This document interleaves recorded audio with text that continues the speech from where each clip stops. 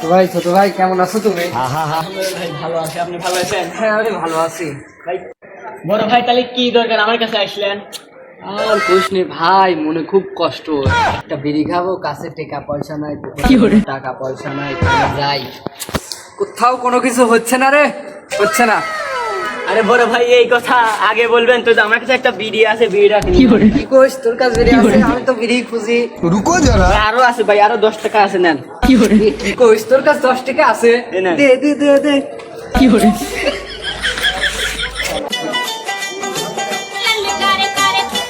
উফ, ছোট ভাই পাইছি, ছোট ভাই একদম শেষ করে দিছি। रुको जरा। পয়সা নিয়েও পুকুরটা গরম আছে, যাই পাবনা থেকে ঘুরে আসি।